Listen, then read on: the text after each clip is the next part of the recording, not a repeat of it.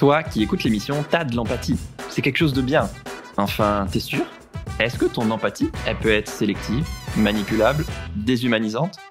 Pourquoi on ressent pas la même empathie pour tout le monde?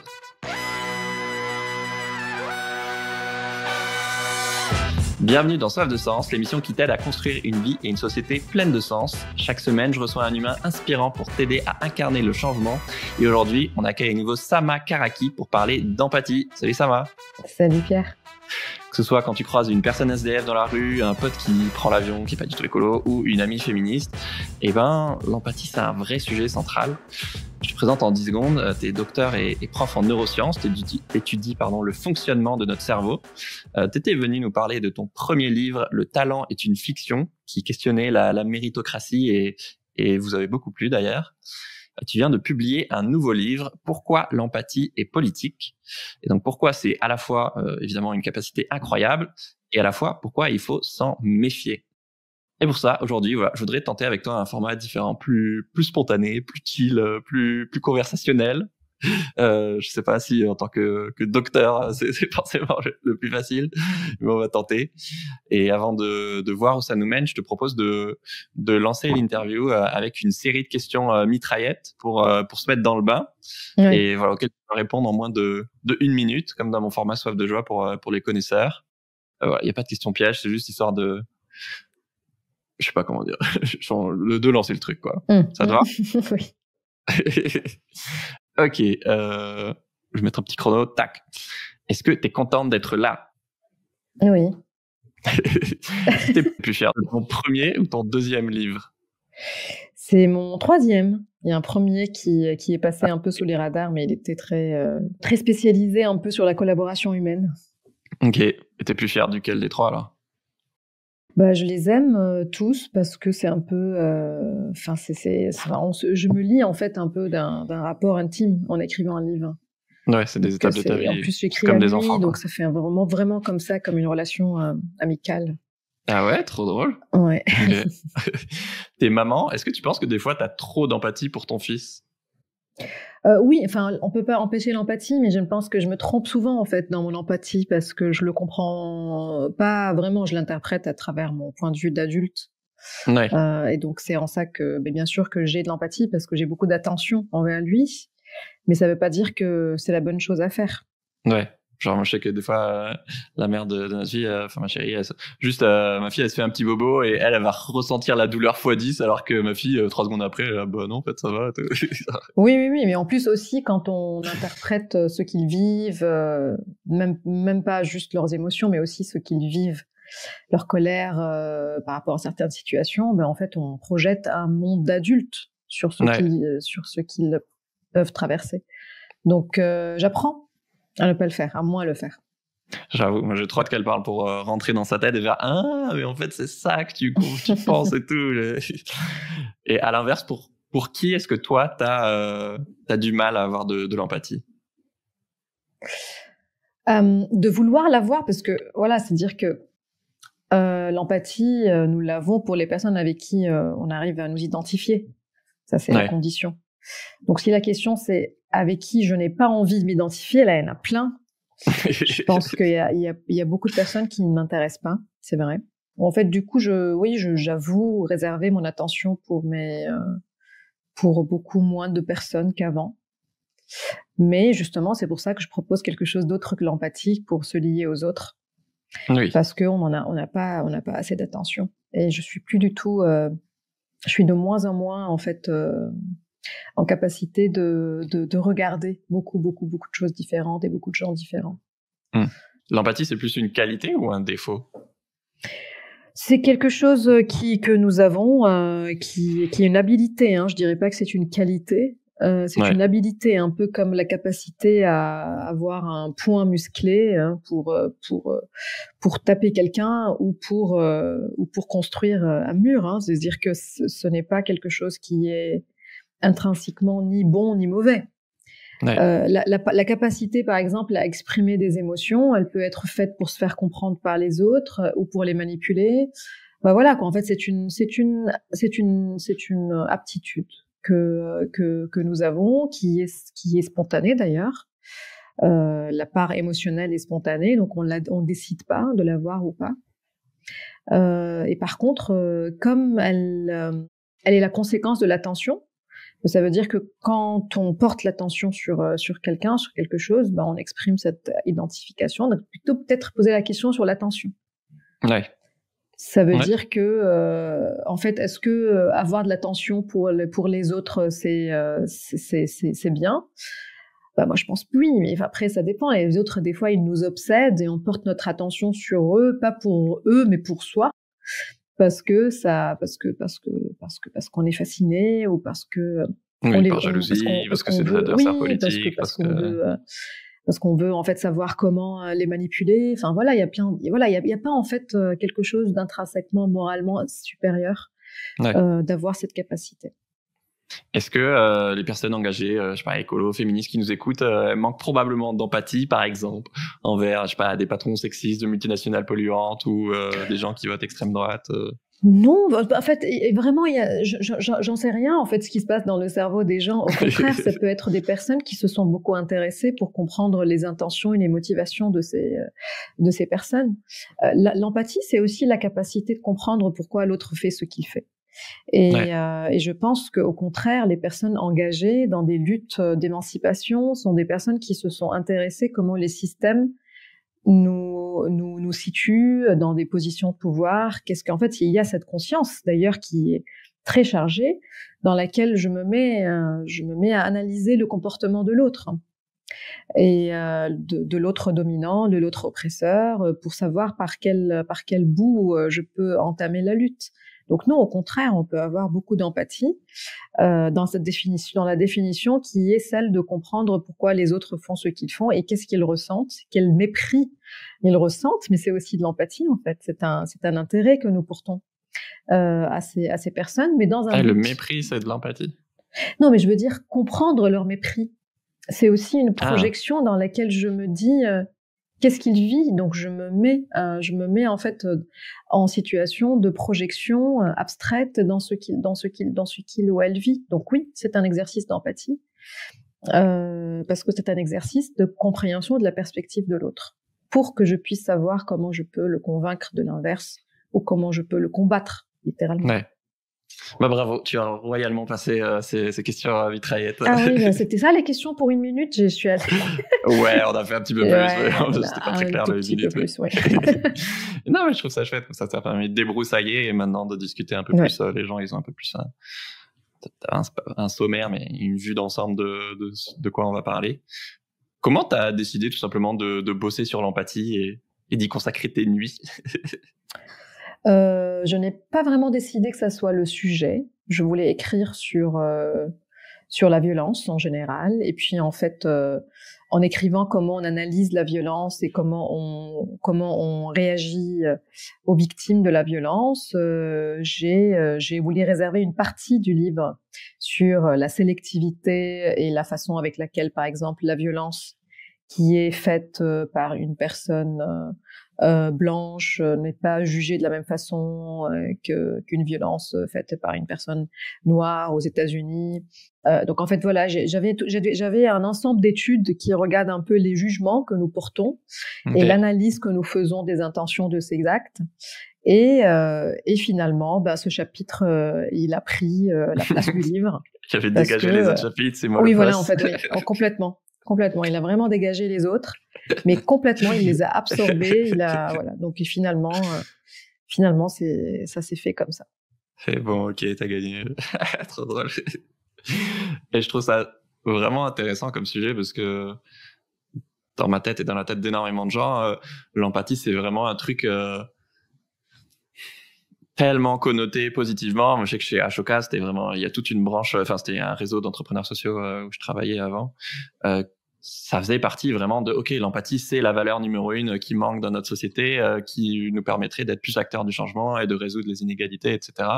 Et là, du coup, tu démontres justement, en fait, c'est un truc qui a aussi ses failles ouais. Est-ce que tu peux nous parler de cette ambivalence, un truc connoté tellement parfaitement que c'est presque une insulte d'oser critiquer l'empathie, tu vois, dans la tête des gens. Oui, alors déjà, le premier élément, c'est que on peut l'avoir, l'empathie, et ne pas du tout l'avoir pour les personnes qui sont loin de nous, qui sont dominées par nous. Donc en fait, ce n'est pas un muscle qu'on développe comme ça dans l'absolu. Ouais. D'ailleurs, par exemple, prenez des personnes qui sont au pouvoir et il y en a un d'eux qui est inculpé d'un crime. On voit très bien leur empathie pour lui. On voit très bien comment ils s'identifient, comment ils le défendent. Je me rappelle très bien de l'affaire Fillon, dans lequel beaucoup de députés s'exprimaient en disant oui, parce qu'ils s'identifient, parce qu'ils sont proches de son vécu, parce que peut-être ils font pareil. C'est leur pote. Oui, voilà. Qu'on voit aussi les hommes quand ils s'expriment par rapport à d'autres hommes accusés d'harcèlement pour justement parce qu'ils ont de l'empathie, parce que leur expérience elle est proche. Ça ne veut pas dire qu'ils sont eux-mêmes harceleurs, mais en tout cas, ils peuvent se mettre à la place de l'autre beaucoup plus facilement parce qu'ils sont dans une position de pouvoir, de domination, dans une société hétérosexiste. Et donc, voilà, ils peuvent s'identifier aux personnes qui leur ressemblent. Du coup, en fait, quand on dit que le problème, c'est l'empathie, il faut continuer à dire l'empathie pour qui ? L'empathie pour qui, en fait ? Et la deuxième chose, c'est que je trouve ça aussi capricieux de dire que la seule façon que nous avons pour résoudre le problème de discrimination ou d'inégalité dans la société, c'est qu'il faut que je vive la chose en moi. C'est-à-dire que pour que je puisse m'intéresser à ton vivant, à ton vécu, à ton expérience, il faut que je puisse moi-même reconnaître cette expérience, la vivre dans mes émotions, la vivre dans mon imagination. C'est capricieux. C'est-à-dire qu'en fait, qu'il faut que ça me traverse pour que je puisse y trouver de l'intérêt. Et en fait, je trouve que on fera jamais le tour du monde, en fait. Oui, c'est une illusion, quoi. C'est une illusion, mais en plus, nos expériences ne sont pas suffisantes pour que je puisse appréhender ce que vivent des personnes, par exemple, qui souffrent de validisme, qui souffrent de l'enfant. Prenons l'enfant. Je veux dire que, en fait, mais il nous est impossible de comprendre la perspective de l'enfant, parce qu'on peut plus se mettre à sa place en tant qu'adulte. Ouais. Il faut autre chose. Il faut autre chose que cette empathie. Là, en ce moment, je traverse une émotion particulière dans ma vie intime, et d'un coup, j'arrive à la reconnaître dans mon entourage. J'arrive à reconnaître cette expérience dans mon entourage parce que je la vis. Ça, c'est l'empathie. Mais est-ce qu'il faudrait que j'attende de vivre toutes les formes d'émotions pour que je puisse dire ah ok, maintenant je comprends mieux parce que je suis en train de vivre la chose. Non. Mais il nous faut autre chose de plus ambitieux que d'attendre de vivre dans son corps la chose pour que je puisse la comprendre. C'est ça que je trouve ça trop intéressant dans ta thèse, dans ton livre, c'est que il y a cette idée qu'il faut absolument pouvoir vivre ce que l'autre a vécu, ce qui est pas possible, parce que tu peux pas ressasser tout un héritage d'une personne, surtout si voilà, t'es raciste et tu viens d'un autre pays. Enfin, voilà, par exemple aujourd'hui, à la fois je trouve ça cool que par exemple il y ait, je sais pas, des jeux de réalité virtuelle pour se mettre à la place d'une personne migrante, et du coup tu vas forcément être sensibilisé à ça. Mais de là à prétendre que tu peux vraiment comprendre ce que c'est, je sais pas, du stress post-traumatique d'un pays en guerre ou quoi, non, évidemment que non. Et pareil, effectivement, pour un enfant, pour une personne en situation de handicap, même juste en tant que mec, pour une femme qui subit du sexisme, etc. Et toi, ta conclusion, c'est en fait l'empathie, du coup, c'est un peu faire croire qu'on pourrait se mettre à la place de l'autre, alors qu'en fait, non, faut accepter que on comprendra jamais complètement l'autre. Oui, ça c'est même quand l'autre est proche, même quand j'arrive maintenant à comprendre une émotion particulière parce que je suis en train de la traverser, ça veut pas dire que j'ai compris l'autre parce que justement son expérience est singulière. Mais au contraire, je commence à faire plus d'erreurs parce que je me dis oui, je vois ce que tu dis, je traverse la même chose.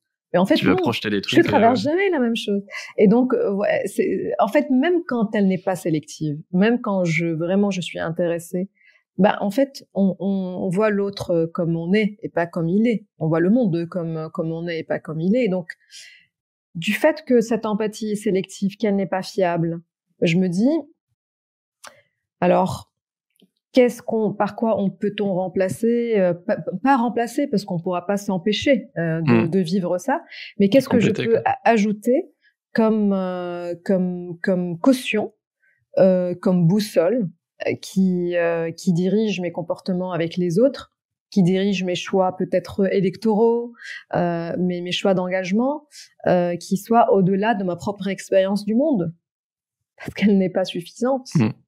Et alors, avant de parler de ce qu'on peut ajouter, je trouve ça intéressant aussi sur la question de l'empathie. C'est effectivement, si on part du principe, ce qui est donc faux selon toi, qu'il faudrait beaucoup plus d'empathie pour résoudre les problèmes, bah ça veut dire que ça devient un peu un jeu des émotions, et donc c'est ça tout ce que font beaucoup de médias, où c'est qui va arriver à te faire ressentir le plus d'émotions, et du coup tu vas avoir de l'empathie pour telle population ou tel groupe social et pas pour tel autre. Et en fait, c'est pas parce que quelqu'un arrive à te faire ressentir des émotions parce qu'il est bon en storytelling, parce que c'est un groupe social auquel tu t'identifies plus, ou juste parce que c'est celui qui voilà, juste qu'il est présent médiatiquement. C'est pas pour ça que en fait ce sujet est plus légitime que une autre souffrance ou une autre injustice, quoi. Bah oui, et en plus là on rentre dans l'analyse des cadrages médiatiques, des cadrages cinématographiques, littéraires, et quand on se rend compte que l'histoire elle est écrite par ceux qui l'ont vaincu, ça on le sait. Et ben aussi les histoires, c'est-à-dire les histoires de ce qui s'est passé hier, elles sont racontées aussi par des personnes. Elles sont pas racontées dans leur complexité. Un fait divers n'est pas raconté dans sa complexité.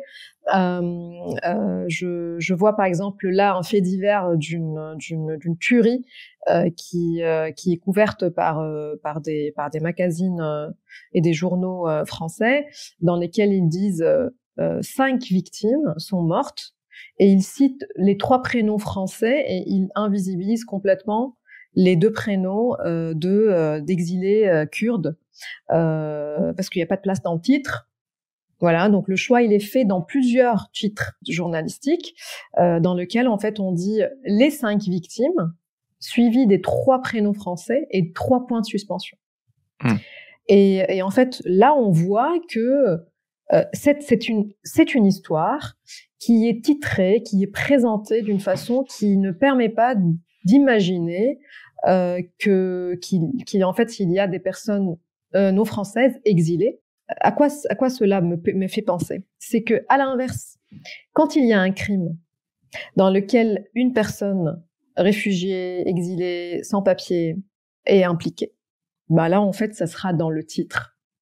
Ça sera clairement dans le titre pour dire que c'est telle personne, et que pour renvoyer en fait l'idée que la barbarie et la menace et la violence, elle est provoquée par les personnes migrantes. Alors qu'en fait que dans le titre que je vois, et quand c'est des attentats fascistes, voilà, on va pas le dire. Dans le titre, dans les titres que je vois, il n'y a pas ni le prénom de la personne qui a commis ce crime, parce que c'est une personne qui ne correspond pas à l'image que nous avons envie de donner à la menace en ce moment en France. Est-ce que toi, c'est un super bon exemple, est-ce que tu aurais 1 ou 2 autres exemples marquants d'empathie ou de manque d'empathie que tu voudrais vraiment nous raconter? Alors, oui, je peux penser à d'autres titres qui sont liés au conflit en Palestine ou au Liban, dans lesquels, dans les titres, en fait, on voit pas femme, on voit pas enfant. Enfant, par exemple, est remplacé par mineur dans les titres pour dire qu'il y a des victimes enfants. Mais c'est moins touchant, c'est moins humanisant. C'était un Libanais de 2 ans émerge des décombres. Et en fait, c'est un bébé, le seul survivant de sa famille, qui a été retrouvé sous les décombres de leur maison. Donc, quand on dit Libanais de 2 ans et qu'on dit pas bébé, qu'on dit pas enfant, on enlève à cette victime son innocence, en fait, et sa subjectivité. Elle devient en fait un Libanais. Un Libanais, et dans l'imaginaire, on n'imagine pas l'enfant, en fait. Donc c'est une autre façon aussi d'utiliser les mots et les symboles pour donner une possibilité d'identification ou pour l'empêcher. Donc le but, c'est pas non plus de devenir insensible à tout et de pas avoir du tout d'empathie. Comment on fait pour réparer l'empathie et par exemple accepter que d'autres opinions sont tout aussi valides que les Oui. miennes. Alors moi, ce n'est pas mon projet de la réparer parce que justement, je pense qu'elle est liée à... Elle ne dépend pas de nous, en fait, en quelque sorte. Je pense que ce qui nous est... En fait, imaginez que à chaque fois que vous êtes devant un titre, vous analysez... Oui, en fait, moi, je le fais beaucoup plus depuis que j'ai écrit le livre parce que j'ai lu aussi des travaux... t'es expert du truc aussi. Voilà. Oui, mais bien sûr, on devient plus sensible. C'est un peu comme si j'ai fait une mini formation comme ça au cadrage de titres journalistiques. Et même aussi, je décrypte beaucoup les films au cinéma depuis aussi que j'ai lu sur la dernier mois d'écriture, j'ai eu plusieurs thèses tellement je sentais que voilà, j'avais besoin aussi de matière pour savoir que ce que j'écris tient. Que ça soit en fait sur la représentation des femmes, la représentation des personnes migrantes, ou la représentation dans les guerres américaines, par exemple, les films de guerre au Vietnam, comment représenter le corps vietnamien par rapport au corps des soldats américains et leur histoire et leur intimité. Donc en fait, j'ai réalisé que en fait, on part de très loin, c'est-à-dire en tant qu'individu, qu'est-ce que je vais pouvoir faire ? Je vais être tout le temps anxieuse de me dire oui, quel cadrage et tout ça. Donc, je me dis, en fait, on va subir ces cadrages. Il y a des batailles, bien sûr, à mener dans s'assurer qu'il y a un regard concerné qui intervient dans l'écriture, dans les productions des cinémas, qu'il faut que les journalistes soient formés à ces enjeux. Mais en attendant, moi, je veux que le sort des personnes ne dépende pas de cette empathie. Je me dis, elle est tellement biaisée, elle est tellement sélective, elle est tellement non fiable, avec les meilleures intentions du monde. Bah alors, en fait, faisons autre chose pour s'indigner. S'il faut que j'attende que les titres soient posés de la même bonne façon, c'est capricieux. Encore une fois, c'est du luxe. On n'a pas le temps. Les victimes n'ont pas le temps. Les luttes n'ont pas le temps. S'il faut, par exemple, pour l'écologie, que j'attende qu'on ait de l'empathie pour les abeilles et pour les ours qui s'amaigrissent sur les banquises, c'est très capricieux. Il faut qu'il y ait des politiques. Il faut qu'il y ait des lois. Voilà, moi, je me dis. Ouais. Qu'est-ce que ce livre, il a changé chez toi ? Beaucoup de choses. En fait, je réalise que même les répercussions continuent à tomber, en quelque sorte. Ouais. Mais je pense que j'ai d'abord moi-même j'ai compris que je n'ai pas compris certaines personnes dans ma vie, et je suis beaucoup plus exigeante aujourd'hui aussi dans ce ça veut dire que je vois à quel point ce qui nous est présenté, la façon avec laquelle les réseaux sociaux fonctionnent, à quel point ça nous immobilise. Et je deviens beaucoup plus attachée à l'idée de l'action, et moins attendrie par les justifications que nous pouvons donner sur pourquoi on ne fait rien, en fait. Je suis ok. En fait, ça ne m'intéresse plus.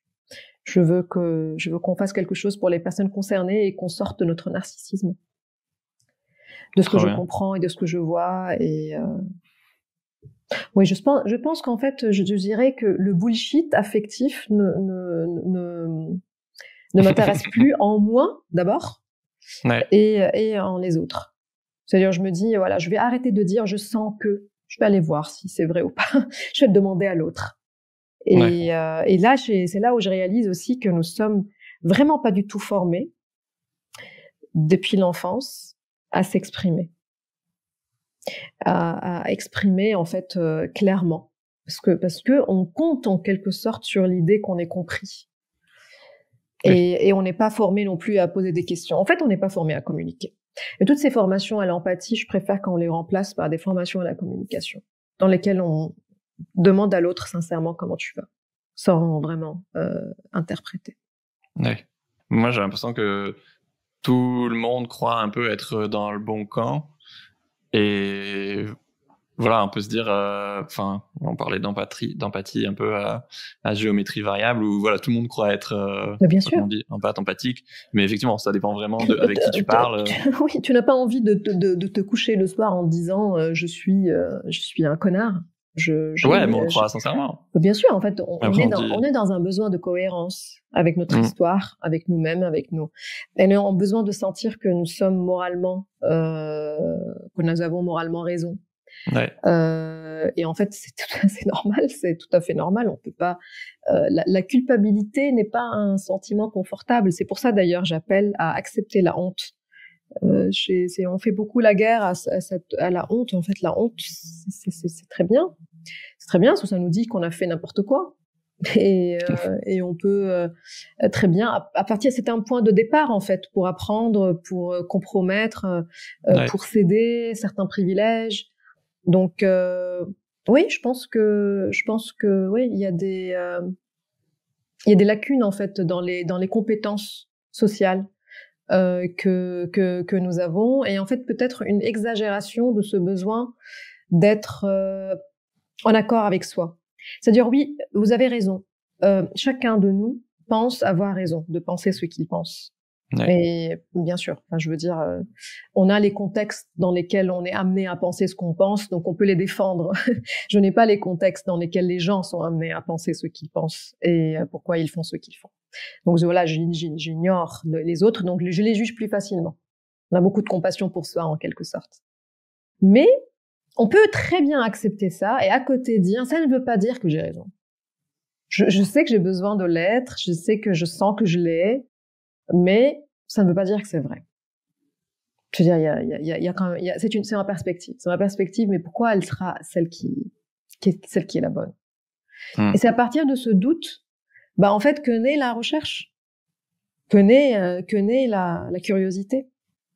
Ouais, c'est dur, parce que du coup, c'est ton identité que tu mets en jeu, quoi, souvent. Bah non, justement, non, c'est pas mon identité, parce qu'une identité est quelque chose de multiple. Alors, franchement, Oui, je ne pourrais pas qu'on va définir croire ce qu'on que met c'est. dedans, je veux dire. Je vais pas m'aventurer dans des débats philosophiques. Je ne saurais pas dire. C'est pas un concept que j'arrive à comprendre, à conceptualiser, Ouais. en fait. Je sais pas ce que c'est l'identité, mais je dirais que je peux très bien, par exemple, par rapport à mes positionnements affectifs par rapport aux gens, je peux très bien savoir que c'est situé dans ma propre expérience. Ça ne veut pas dire que c'est légitime, ça ne veut pas dire que c'est bon, que c'est vrai. Mais justement, en fait, je pense qu'il faut qu'on recule un tout petit peu par rapport à l'avancée que nous avons fait dans l'acceptation de soi. On a beaucoup été loin dans le fait qu'il faut s'accepter. Moi, je pense que bah, on peut s'estimer d'une manière inconditionnelle, tout en étant ouvert à l'idée que nous avons des perspectives tronquées et nous avons un manque de connaissances sur beaucoup de sujets, et être en paix avec ça et dire à partir de là, qu'est-ce que je peux faire pour que je traverse ce monde d'une manière un peu moins aveugle. Trop bien. Si tu voulais qu'on retienne un seul truc de ton travail sur l'empathie, ce serait quoi?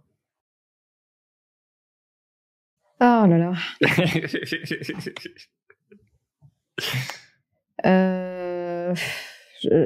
Que ça va pas, en fait, que ça va pas du tout, qu'il y a vraiment des vies qui n'ont pas de valeur, qu'il y a des morts qui n'ont pas de valeur, et que les autres ne sont pas au service de notre émancipation personnelle. Plein de choses, en fait, que j'ai envie qu'on retienne. En ce moment, c'est ce point-là. C'est le point à quel point, en fait, la vie des autres, elle peut devenir un instrument pour soi. À quel point elle peut être un instrument esthétique, un instrument affectif, politique. de développement personnel. Et tu parles par exemple de la différence entre traitement médiatique entre les morts de l'attentat du World Trade Center. Non, justement, ça c'est un peu c'est l'objet du livre. Hein, c'est l'intention principale du livre, c'est de parler de cette hiérarchie de vie et de mort. Mais cette hiérarchie rend l'autre à mon service. En fait, c'est un peu, ça veut dire au service de la construction de ma propre histoire. Comment je légitime tout ce que je suis, tout ce que je fais, comment un groupe peut vraiment mettre un autre groupe à son service, au service de son propre progrès, de sa propre émancipation. Et je pense que c'est en fait l'élément en ce moment que je travaille le plus, c'est au niveau intime et au niveau collectif. À partir de quand l'autre n'a plus de complexité, n'a plus d'intériorité. Et en fait, c'est mon propre cinéma et l'autre, il joue un rôle. Et je pense qu'au niveau politique, ça se joue des fois comme ça aussi. Les alliances, les effacements, à partir de quand ces morts sont rendues légitimes et ces autres morts sont rendues insupportables. Parce qu'il y a une histoire, il y a un script aussi, un géopolitique qui s'écrit. Oui, t'écris accepter la différence plutôt que se l'approprier et renoncer à transformer l'inconnu en familier. En certitude. Est-ce que c'est quoi les retours que tu as sur le livre pour l'instant? Est-ce que tu as eu des anecdotes peut-être à nous raconter sur l'impact que ton travail a pu avoir? Alors, pour être honnête, je ne m'aventure plus dans mes messageries pour me préserver. Mais les retours que j'ai des personnes que je rencontre dans des conférences est toujours vraiment très très beau, très chaleureux. Il y a des personnes qui sont pas complètement d'accord, mais qui sont dans le questionnement. Et en fait, c'est ça le livre. D'ailleurs, je l'écris. Je le dis à la fin que c'est ouvert à débat. Que je n'ai pas les alternatives. C'est-à-dire, je propose quelques alternatives, mais que je fais plus une critique des systèmes et des structures préexistantes. Et donc en fait, j'ai l'impression que ça permet à beaucoup de gens de se questionner. Trop bien. Merci beaucoup, Sama. Merci, Pierre. Je rappelle que ton livre s'appelle « L'empathie et politique ». Si ça t'a plu, envoie ce podcast à un ami. Votre bouche à oreille m'aide énormément. Ciao, Sama. Ciao, tout le monde. Ciao. À dimanche prochain.